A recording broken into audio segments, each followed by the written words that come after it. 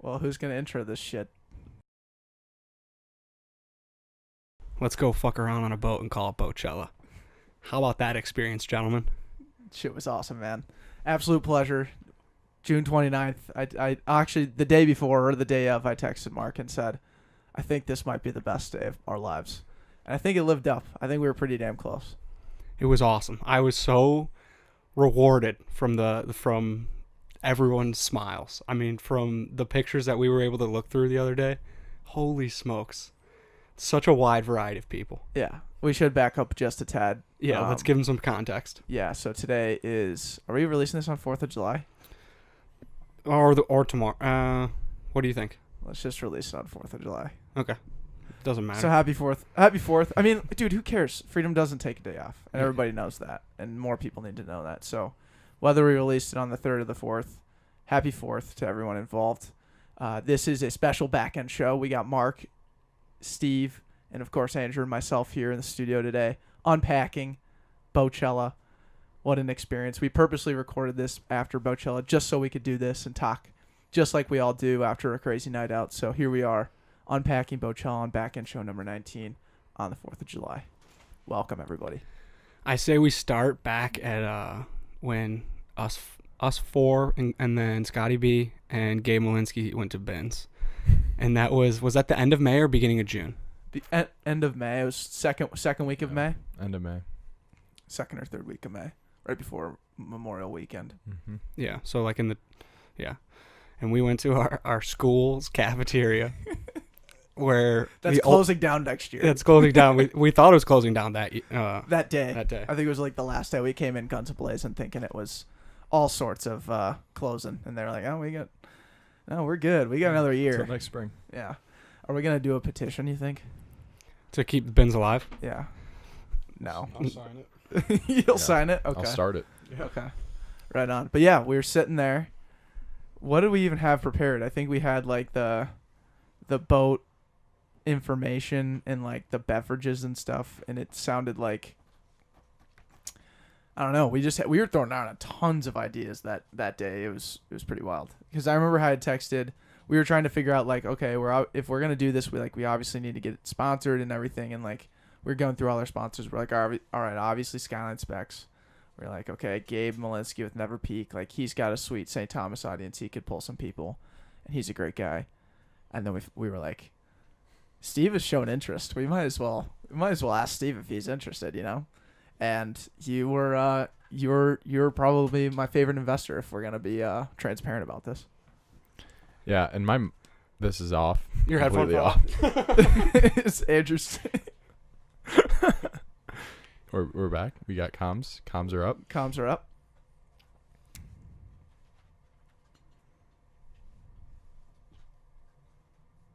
We're waiting on you, Andy. Why?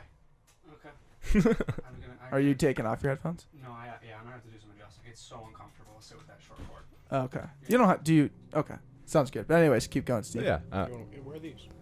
No, I mean, when you guys mentioned to me that you were gonna be throwing another party, yeah, I was like, if these guys didn't have a podcast, they would be event planners. I don't want to be that. I don't want to be event You would planners. be social influencers via event planning for sure.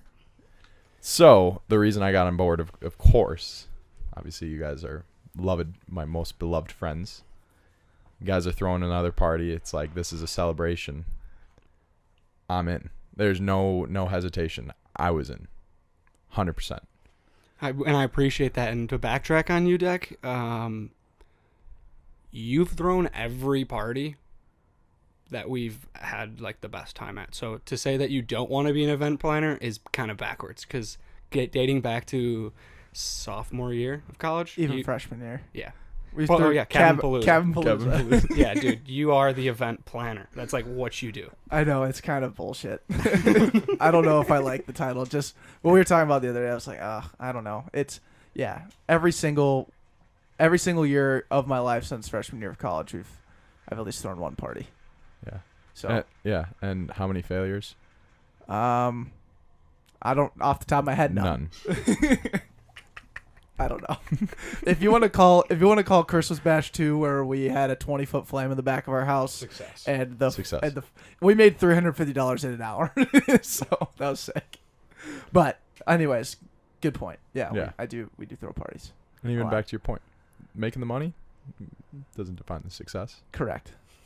The 20-foot fire absolutely defines the success. Yeah. But I mean, if we're gonna correlate it right to Boatchella, I mean, bags are out, boys. We made $50.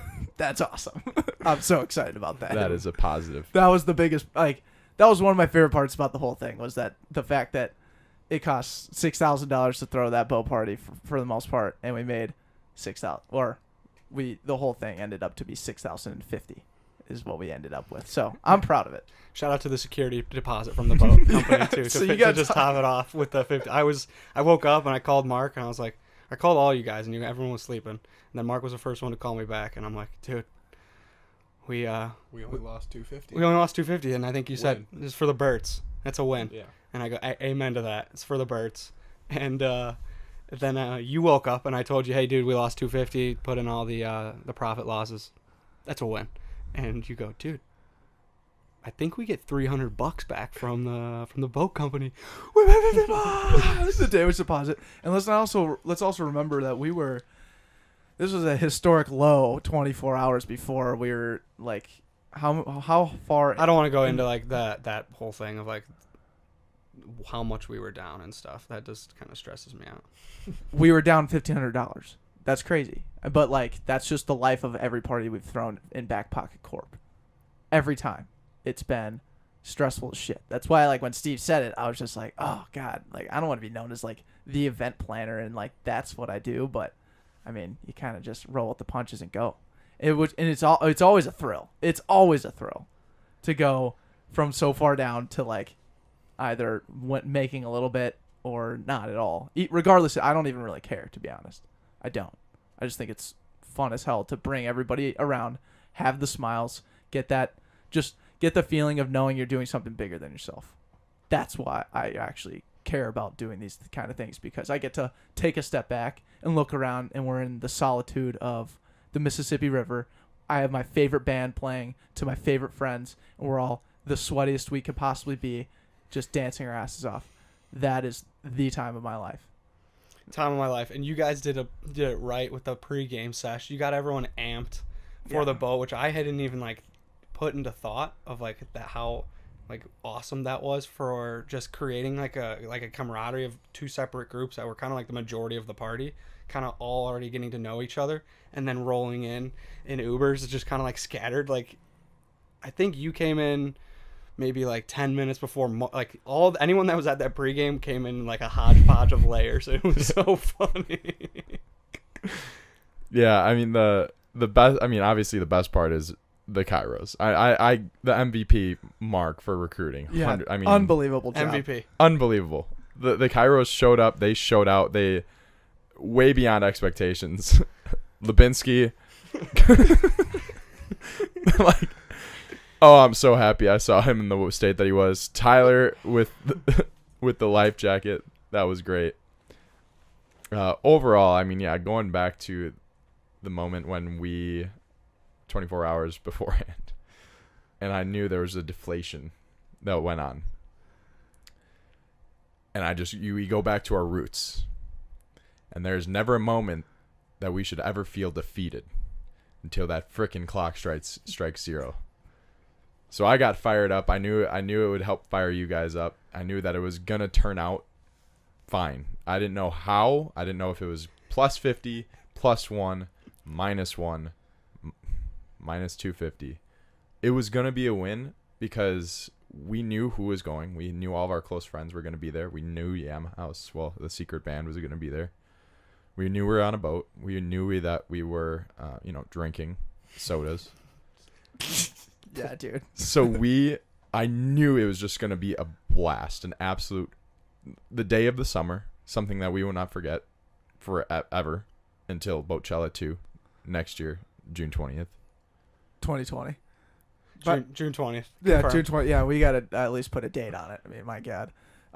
Anything with 2020 next year is gonna be fun. Yeah. We can put 2020 on anything. It's gonna be sounding awesome. All those things that we knew, like that's another thing that Declan and I were going through a few hours before the event, where we were trying to like be ready for fires, ready to put out something bad happening. We had to plan for the worst. And for the most part, Declan and I, the main thing that we kept coming back to was the atmosphere. Like all of the controllables were in place. Like the profit and loss wasn't in any of our expectations of the outcome of the party. It was more so just everyone having the best time they possibly could. And Declan and I sat in the car on the way there and just like tried to just pop the balloon of all the bad things that could happen. And the majority of them kept being the atmosphere of people thinking it's a dud.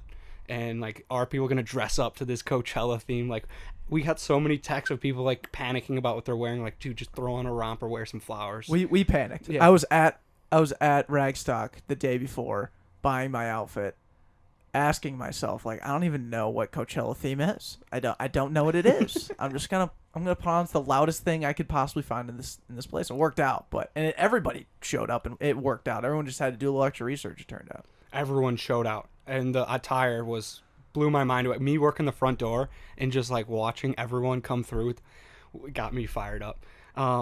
The other things that we were worried about were like, are people going to vibe out to Yam House? And we're like, no, that's just irrelevant to go through our heads. Yam House always delivers. The drink deals, that thing had me worried because we had first drink on us. Hopefully people were coming in buzzing, so they didn't have to like worry about spending too much. But I go up to the captain and the head liaison of the boat, shake their hands, introduce myself, seemed to like me. So I was like, all right, I like the crew. I like the captain. And I go up to the bartenders, and I just kind of speak with them. And I gave them the old, doesn't come from me, but let's make sure everyone has a great time. And I think they did their job. They did. They did. Mm-hmm. Yeah, we cannot confirm nor deny what that means because we have contracts. Yeah, and we didn't really do a survey. We didn't ask how drunk everyone was or how thick those drinks were. It's just not a lot of data there. Not a lot of data. Not a lot of empirical numbers we can put to that. So. Yeah. Nonetheless, I was blown away by the amount of alcohol that was poured in my drink. Very first drink I got. All right, so there we go. I can also confirm. We can confirm. Okay, I love that. Yeah, Mark, I cannot say it enough. You being part of the promotion, at the head of promotion, I would say, was probably one of the funnest parts. So, kind of going back in sequential order. So we had met at Ben's that night on like a Tuesday night, and kind of hashed out this like, hey, we want to throw a boat party thing. We didn't even have Boatchella for the name yet, but we were like, this is what we want to do, this, that, and the other. We went through a list of options, and then met again the next week, and we're like, okay, we're doing it. We have the boat. And then that weekend at Annie's cabin, Annie Vitale was the one not only designing the Backpocket logo, but coming up with the name Boatchella. So then once we heard that, we ran with it. But my idea this whole time with throwing this party was always, I want to market this thing like Fire Festival. And that was a challenge in itself, but became like the most rewarding part. So instead of doing, for those like who have watched the documentary, Andrew, what were you saying? We almost got pushed into the corner of promoting it like Fire Festival because we couldn't promote Yam House because they were playing at Live Nation. That put a whole big skepticism on the event that made it seem like Fire Festival, but really that wasn't secret band. Yeah, that wasn't our intention. That wasn't a part of the Fire Festival that we wanted it to be. We wanted it to be more so just like we were going to give you all this information. It was obvious. Yeah. I don't know. Yeah. So that and then like not being able to like throw in the drink deals and stuff with the Minnesota liquor license, which is not worth this podcast. But anyways, so having that against us, going in with this influencer marketing type scheme, Mark, you're huge, dude. Like all the people that you got us right away with the Kairos, having them send us pictures to put Boatchella over and then posting that, like that was huge because not only did we have them able to send us stuff for them to post, but we had now that to use as like promotion for ourselves. Like Andrew and I created a ton of content for this, but we were able, that probably cut our content creation in half, I would say. The time, for sure. The time, absolutely. It cut the stress level of tickets coming in early, and then we had content for marketing with this promo thing that we kind of just threw together as a late minute savvy move that ended up working very well. Yeah. Like you two posting every day on your stuff was fire.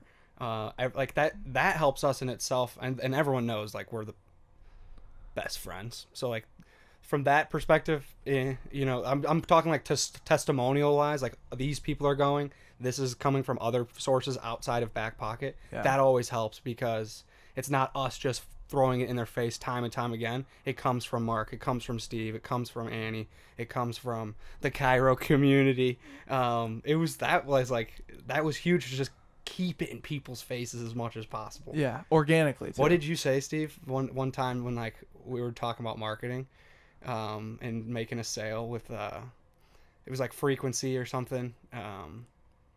Yeah, I mean frequency. Yeah, frequency. One of the most right? one of the most important things in sales is just frequency. Frequency. Just get it in their face. You get it in their face. You constantly do it. I mean, I loved how many random people, not random, but like people that you know, and I quote unquote kind of deal with that and they come and ask you like, what is this Boatchella thing? So many people, and I was just like thinking to myself like they were constantly just getting targeted by your marketing, which I would always just giggle. I'm just like they probably saw one of those ads that Andrew just fired out of it. They're just like, what is Boatchella? Yeah. I was retargeting anyone who's engaged with our Instagram profile. So that was like 13,000 people. So I couldn't get to all of those people. That would have cost us way too much money. But if you engage with our Instagram profile, you're going to have a high likelihood of getting the ads. And then anyone that visited the Facebook page, which would end up being like 23,000. So that was harder to get to. But then when you got to anyone that said they were interested, that's just 700 people. So if you tagged yourself as interested, you were getting bombarded with my ads. And then if you went to the length of saying you're going, that's 90. I can get to you in $1. So that was happening very, very frequently. And then our clicks on the website, when anybody went to the website, that just gave me more proof of like, oh, they're closer to buying. So I'd hit them with more ads. Right. And then if they went into the checkout and didn't finish buying their ticket, which ended up being the best source of ticket supplies, the people that clicked checkout ended up being 500 people and didn't buy a ticket yet. So then I just doubled down on those 500 that got so close, but they had a little bit of hesitation. And I just gave them a little fish bait and made the sale that way. It was so fun. Just throwing out lines. You're trawling right there. You're just. I think the coolest part, like the actual rewarding part, because you know we can talk about targeting and marketing, all this and frequency, retargeting, and like what's the actual impact of that, right? We were pretty much asking ourselves that question this whole time. Like we have 800 people interested in our Facebook event, but like we have 60 ticket sales, or we have 23,000 people interested, and we have the perfect demographic, but like. Where's our results? And you really don't see the results until you get to the boat. And the one of the coolest stories was right when we opened gates for people to come on. This group of how many people was it, Andrew? Yeah, there was a group of 15 people that walked up, and I asked every single person, how'd you hear about Boatchella? And this group was like, I saw one of your Facebook ads. And I was like, oh, sweet, no way. That's awesome. What made you want to like purchase the ticket? And we looked like a cool event, and actually just sent it to like our friend group chat, and we're all like, yeah, let's do it. And I was like, that's awesome. So all 15 of you got the ticket purchase because of the Facebook ad. They're like, yeah, absolutely. And then they went to the length of getting a party bus to Boatchella because they wanted a pregame for it all together. I was blown away. The 15 people that had no mutual connection to Backpocket saw one of our marketing tactics that we put time and effort into. Yeah. And then they went the length of getting a party bus to come to Boatchella. That was freaking sweet. I got so excited from that. That was sick. Like, can you guys explain the story? Because everyone that's asked me what was Boatchella, how was Boatchella, I immediately tell them the story of the guy from France. From the UK. UK. Yes. You want to tell that one, Deck? Yeah. So, did you know about him going before he got on the boat ever? He came on the boat with the cops. Got it. And like, I really didn't speak to him that much on the boats. He had good English, right? Yeah. Obviously, yeah, from the UK. Yeah. He really didn't say anything. The cops kind of gave me his story. Okay, got it. And I was like, yeah, Freddie, come on in. Go get on the boat, man. Yeah. And you can take it from there. Yeah, so Freddie is this guy from the UK. He's a retired guy.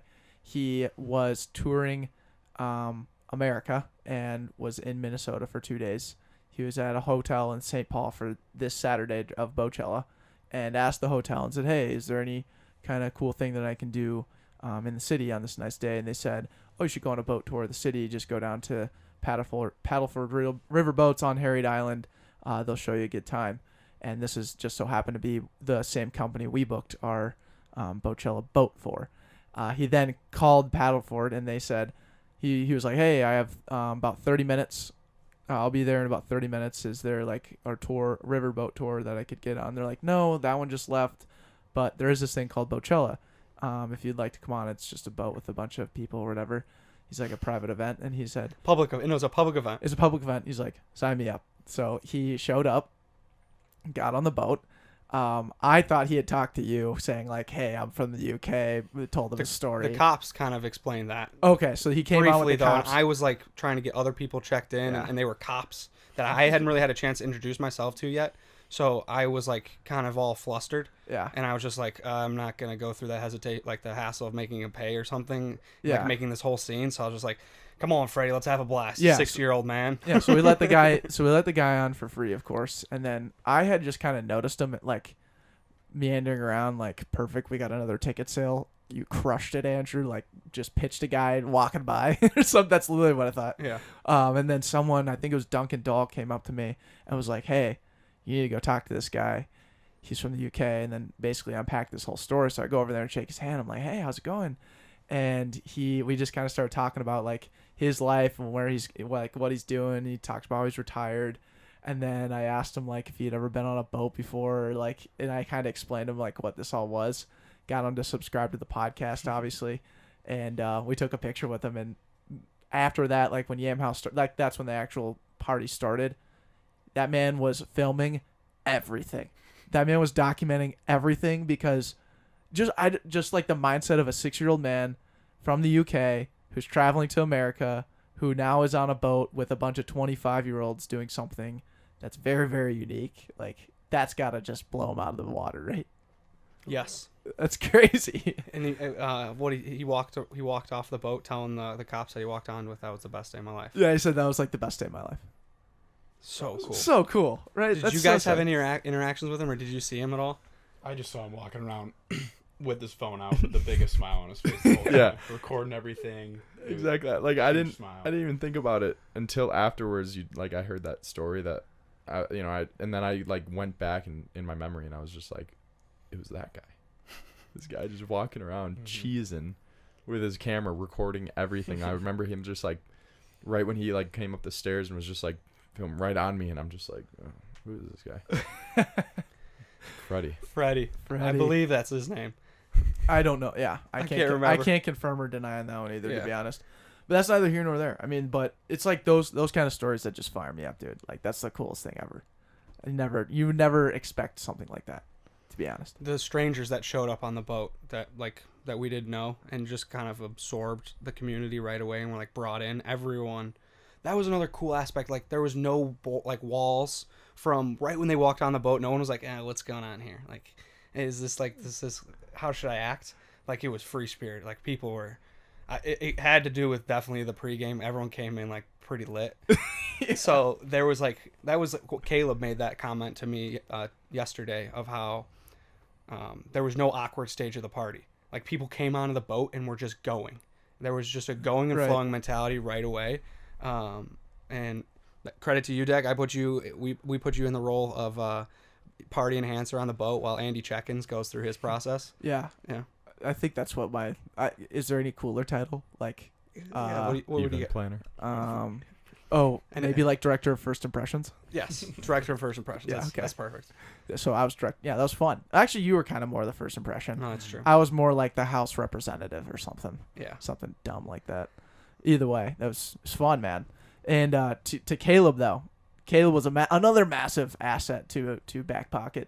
Not only from the backside of the marketing end, where you're working with the guy every day, and you text me every single day like, hey, Caleb and I have this idea. I'm like, well, are you guys working on like the stuff you're normally supposed to work on, or are you guys just doing Boatchella full time now? So that's what it seemed like. But the him bringing squirt guns, just buying like how many, like 25, 30 squirt The guns, mini one. So like mini squirt guns. It was yes, nuts. the crew, the captain goes, when I was standing next to him, he goes, it would have been perfect if you guys had squirt guns. I go, oh, we could do that.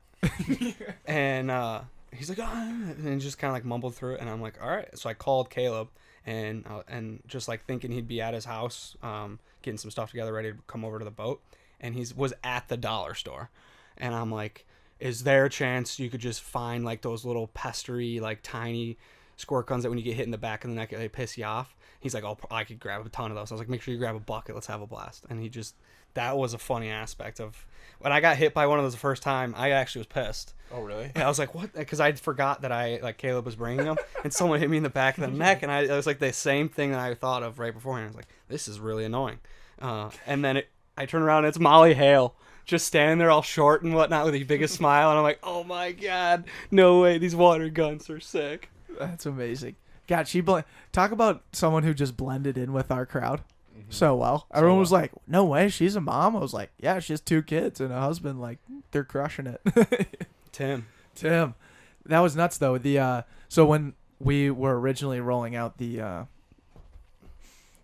squirt guns, I just found like a random group of girls at a table and just like dumped all of the squirt guns on the table. I was like, hey, can you guys help me out? And then one of them went to the bartender and started filling them all up, and then we got the bucket going, like, and then I left pretty much after that, and I came back and we were running a full squirt gun refill operation in the back of the house. It was impressive. It was amazing. water guns were loaded and ready. Oh man. Yeah, it was insane. Well, The other crazy aspect was like the double decker deal. did you guys spend any time in the lower floor? I mean, I wouldn't say I don't know, define spending time. You know what was huge and caught me off guard and wasn't marketed as great as it was? The snacks. Those Cheez-Its, Goldfish, and pretzels. Those needed to be in the marketing ads Damn, you're right. Damn. next time. Yeah. But those were awesome. I mean, holy cow! It's like having popcorn at a bar, man. Mhm. It's just puts that right up that next notch. Sweet. You're not the first person that said that too. There was a handful of people on there like, why didn't you guys tell everyone that you had pretzels? I was like, what? What? So we got you a drink. But everyone, that was actually a huge success. Like Deck and I they had a laundry list of stuff that you could have on that were snack oriented, and we were just like, oh, let's get the hitters: Cheez-Its, Goldfish, and pretzels. The trifecta. Everyone Ducky knows, everyone cheese. loves them. And then that was a quick and easy one. So lessons learned. Definitely market the snacks. Market that there was AC on the lower level. Yep, That was huge.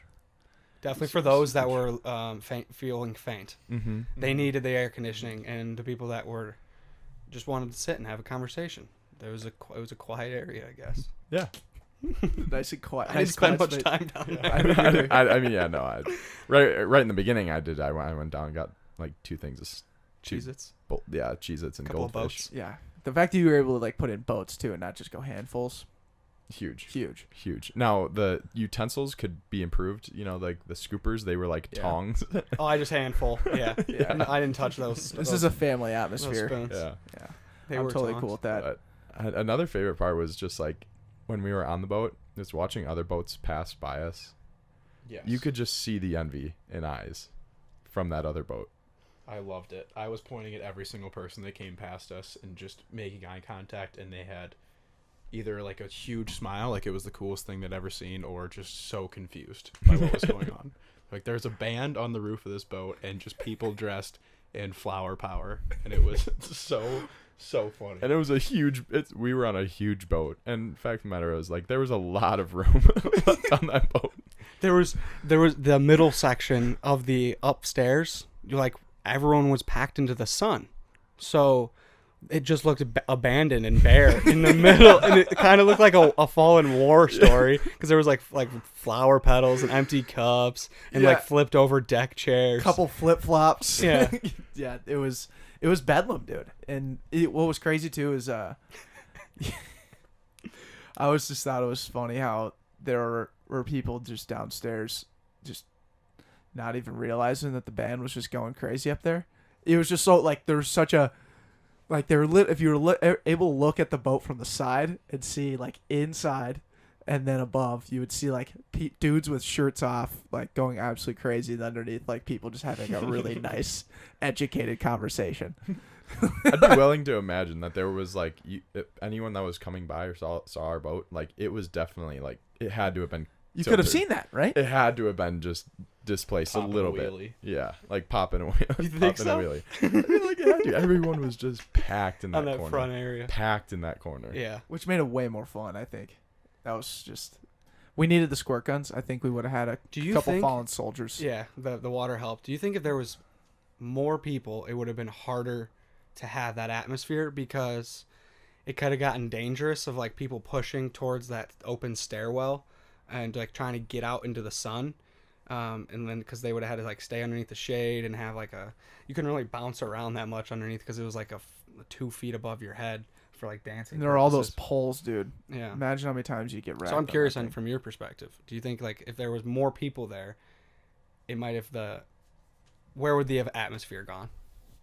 And maybe how many more people until you saw like too many? Never too many? I mean, I had thought about that constantly. I thought it was like, okay.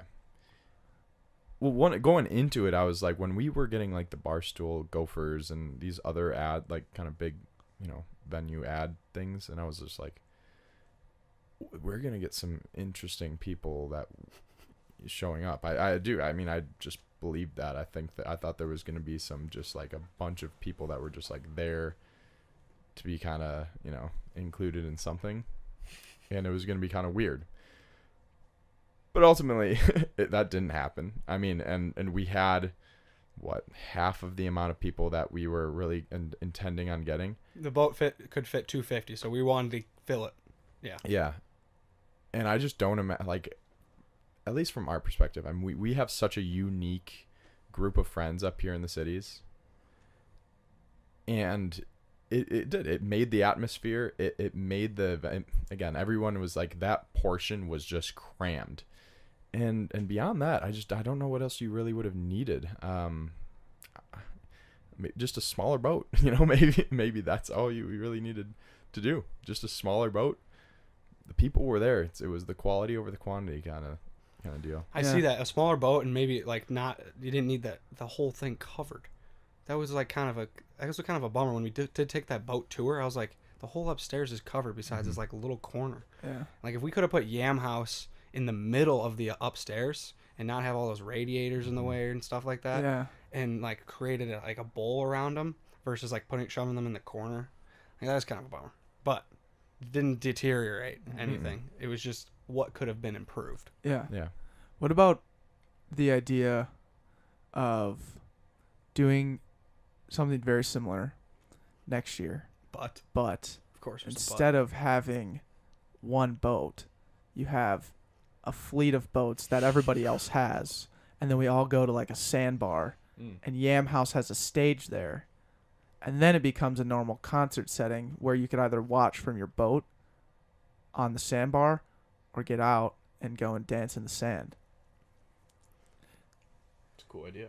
It's cool. I legit at work today, and I was talking with someone else brought up that idea. Like, you guys should next year, because I was like already advertising it. I had sent in my work Snapchat group. I said Frequency. June 20th. Beautiful. June 20th, 2020. You already did a countdown yesterday on your Instagram. Yeah.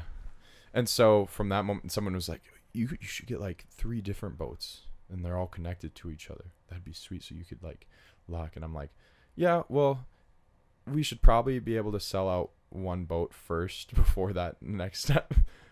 But regardless, I mean, I just think that was funny that was your next idea. Yeah. Is just get a fleet. Well, I mean, you just go to like a boat rental company that rents like party barges that have that fit 12 to 15 people per. then you put a coordination team towards it so that you just book boats with your friends on each individual barge, and then you get like 30 of them. I see the event being planned in your brain right now. Yeah, and then you basically say like, yeah, concerts this time, and then you have the responsible parties for each boat, and then you boat there and have a blast. Thoughts? I'm out. You're out? I'm so out on that. What do you mean? I It's a don't great like. I don't idea. like the idea of like putting people in like groups and like like not having everyone in one spot. I get like they'll get to the sandbar and stuff. Yeah. That's a lot of moving parts It is. that we wouldn't oversee. Like we couldn't oversee all of those boats getting hit. Like we would have to have people driving them, that people that we trusted or hired. That you have to pay someone to drive the boat. And if you want to do like it almost comes like that whole thing with like a bus trying to get people from a pregame Right. bar to the boat that we were trying to do. Now you have to worry about like a bus going back and forth. You have to plan in time of people getting to the sandbar and getting there on time. And granted, if they've already paid, it shouldn't be out of our control. It's out of our. We shouldn't have to worry about it. But Yeah. I don't give a shit how much money we make on it. I just want to make sure every single person in that group has the opportunity to have the experience, best time. And I just see it way too like. That's way too much coordination. You asked thoughts, and I gave you the serious answer. I'm out. Yeah, that's fair. I fold. Yeah. I'll gamble somewhere else. Okay. Yeah, I guess I'm just trying to think in terms of like, because Is there a boat that can fit 150 people with a roof that's open? right, that's the main question. Because if you find that, then you're golden. Yeah. Or maybe we just build it. Let's just start building it, Or we buy it. or we buy it. There's gotta be something. Let's look on Amazon. There's gotta be something, right? Shouldn't be too much. Shouldn't be too out of the realm. Yeah. But Buoyancy. buoyancy. Yeah. Yeah. Any more lessons learned from your guys' perspective? How about the pregame? How did that go? Did you guys anticipate hosting 35 people in your house No, beforehand? not at all. No. I texted the whole house group chat like I don't know, 11 o'clock the night before. I said, would it be cool if I had all the Kairos come over for the pregame? And Steve was like, it would be encouraged. And I said, perfect. Because they were originally going to do one in Bloomington, but I was like, St. Paul's closer, everybody come over. And then we just set it off at the house. Probably had like 30 people over there. Mm-hmm. It was awesome. All the Yeah. Kairos, our whole friend group. Got the dancing going early. Got the We drinking got going so early. loud that Old Man Rivers came out at 12 Yeah. o'clock. Couple neighbors came. Yeah, we were playing Beersby, as we do at typically any pregame that we do at 2016 Goodrich. And Old Man Rivers comes out here 12:04. I remember it on the dot because he came out. He said to me, This You is guys Old gotta Man keep it Rivers down. is your neighbor Correct. "Yep, neighbor right next to us." and he always just shits on And you. he just comes out and looks at me. He's like, "You guys got to keep it down." And I just look at my watch. I'm like, "It's 12:04." PM. On a And we are Saturday. not being loud. And of course, I respect authority to the utmost that I always possibly can. But man, that was tough. That was a moment of weakness that I had. I did not respect my authority at that time. And I told him, "Listen, you can call the cops. Me and him will have a great time. We'll laugh. We'll say, geez, man, he'll wish us a great time. He'll tell you to go back into your house. You're going to waste his time. Let's just relax, okay? Just go back in your house." Everything was fine after that. But then I guess he did call the cops later that night. And Cops came. Yeah. Cops came. Yeah, you guys were over, right? Yeah. Yeah, he I got his just, I revenge. just left. I think Deck was there. Didn't even realize Yeah. they came. Had to be told the next day the cops came. Yeah, they rolled up and were just like, neighbors are complaining about noise. And I said, no problem, we'll take it inside. He was like, yep, sorry about that. Just you could tell he was like, do I really have to be here right now? Yeah. I can't hear anything. Can't hear anything. This is ridiculous. But yeah. So you were really that like polite with them because you almost put me to sleep with how nice you said that. no, that's why I said I was in a weakened state where I was very rude. Very rude to him. And Old Man Rivers, if you're listening to this, I'm sorry. Dude, you guys should send Canadian Craig over next time and, Oh, and sorry, have him sorry, workshop it. sorry. Have him workshop it. I think Canadian Craig would crush a conversation with that guy. I'm a million %. I just don't get it, man. What's your deal? He crushes every conversation he's ever been a part of. Yeah, that guy needs to be a podcast guest. But I think in terms of other lessons learned, what were we talking about before? We said like obviously have a band that you can promote. That's a good idea next time around. And then I would say lock in like a beer sponsor. Early. Because if we get that, dude, that's bags. It's always been the crux of every party that we've thrown. Yeah. We've had kegs. Fat kegs. No one ever Kegs. thinks about it. Yeah. $5 beer cup. That's it. Yeah. And this time wasn't at our house, which was kind of nice, to be honest. Amazing. A little more stressful in terms of it being elsewhere, But also could wake up in the morning and not have to worry about cleaning a damn thing. yeah, That was amazing. that was so nice. Oh my god. I'm never throwing a party at my house. Yeah, there's no reason for it. No. Well, unless you do Halloween. No, we're getting We it do it. off-site. Oh yeah, that's right. We already got another idea for that. God, look at us. Look at us guys doing party promotion. Now the real question is are we gonna get more downloads? Yeah, I'm curious. Is this going to translate to downloads? Is this gonna Does translate all to this downloads? time and headspace go to downloads? Because that's what we're doing it. That's really what we're I think doing. we got more cred. We definitely got more interaction on our social pages. Like they doubled. All our interaction on social pages doubled, Yeah. which is sweet. But like, does that correlate downloads? We just want downloads. Yeah, we just want downloads. I mean, we did have good downloads for the month of June. We did the numbers and Tripled last year. We tripled last year's downloads in the month of June. So I don't know if that has anything to do with Boatchella, to be honest. Yeah. We don't really know. The corp's lost in terms of understanding analytics on downloads. Yeah, we can't track where they're coming from. Yeah. Like how they heard about us. Right. Who are they? Who are these downloads? I don't know. Don't know. We know that there's 42% that are in Minnesota. It's usually listening. Coach Rosenthal. He always texts me about it. Yeah. It's always like once in a blue moon. Like we don't really know who listens. Yeah. I hope that when we title this one Boatchella Recap, that the people that went to Boatchella are listening. So welcome. That's good. And then obviously like send us your favorite memories. We'd love to hear them. And if we did anything bad, let us know so we can be better. Mm-hmm. So those are all I would say. Other than that, I feel like that's a wrap. We're good in terms of Boatchella, dude. Boatchella 19 will be forever remembered. It's phenomenal. Yeah. Any last takeaways on Boatchella? Anyone want to leave one final note? I just want to say my last takeaway is You didn't really give them time to answer. they Go ahead. they both looked at me like No, they no, wanted. I'm they- just messing. Yeah, they were ready to think about it. So the last thing I want to say is when like the amount of time and effort that we put into it was awesome and all, and like the reward awesome, but at the end of the day, the Backpocket was just trying to put an event together that could bring our community in one spot and have a good time. Like that was the whole purpose of the whole thing. We did 100 weeks of podcasting over 2.5 years with 180 episodes, countless hours and time spent into everything else. And we just wanted to bring our friends together and then include other people and have a good time. And when anybody gave me a compliment, I would just tell them, hey man, we're just messing around, having a fun time. I hope you had the same. And that was my takeaway. And I was just so happy that the pictures and everything like it, and talking with everyone, that's the intention of our party prevailed. Mm-hmm. Yep.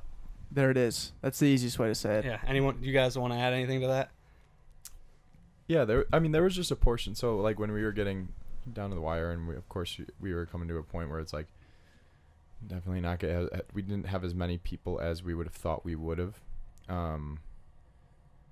It kind of got away from my I got away from the thought of like just trying to get all these people here, and it was just like, listen, if you want to be there, like if you hear about this and you look at like our friend group and you see the guys from the Backpocket and you're like, you know what?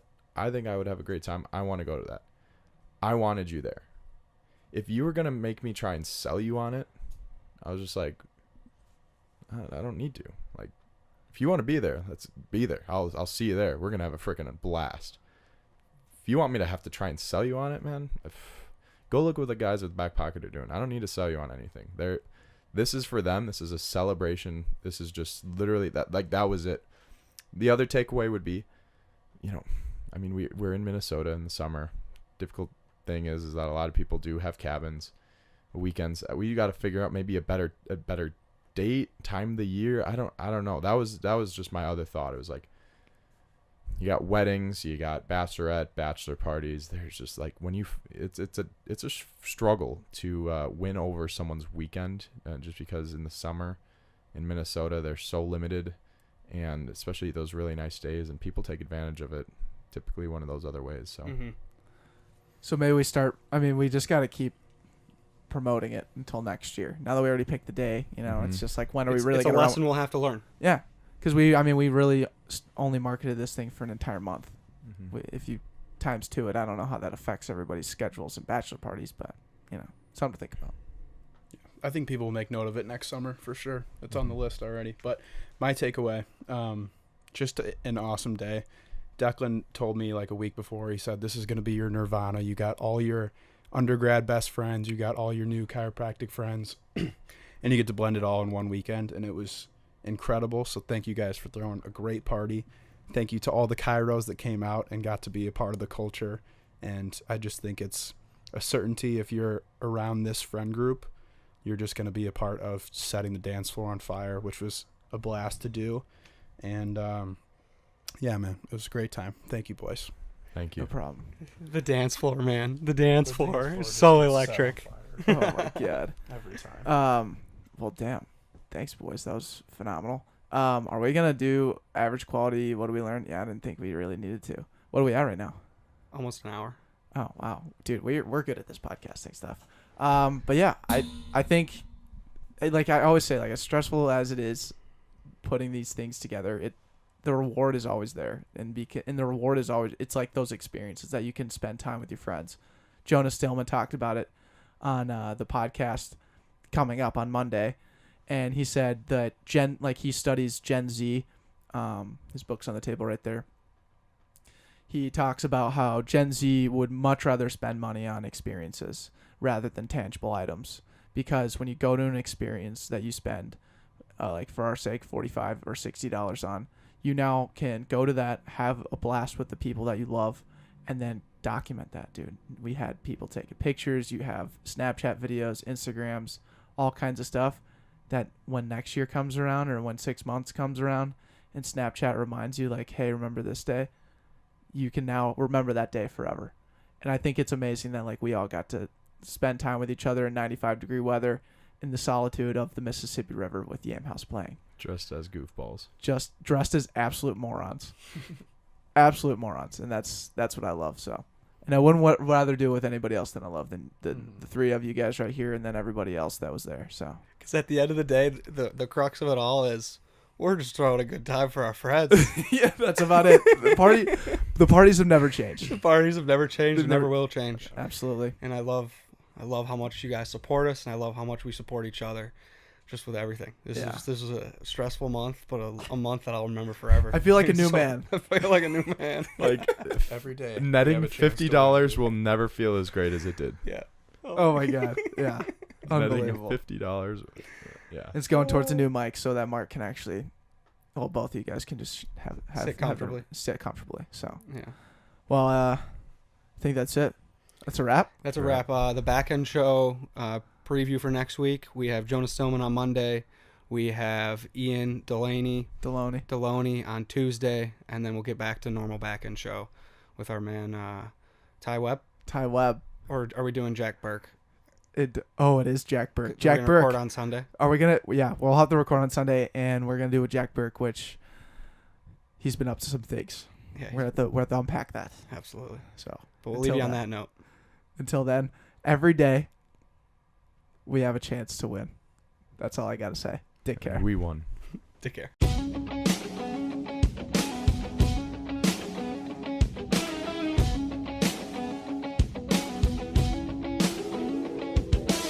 But I've been thinking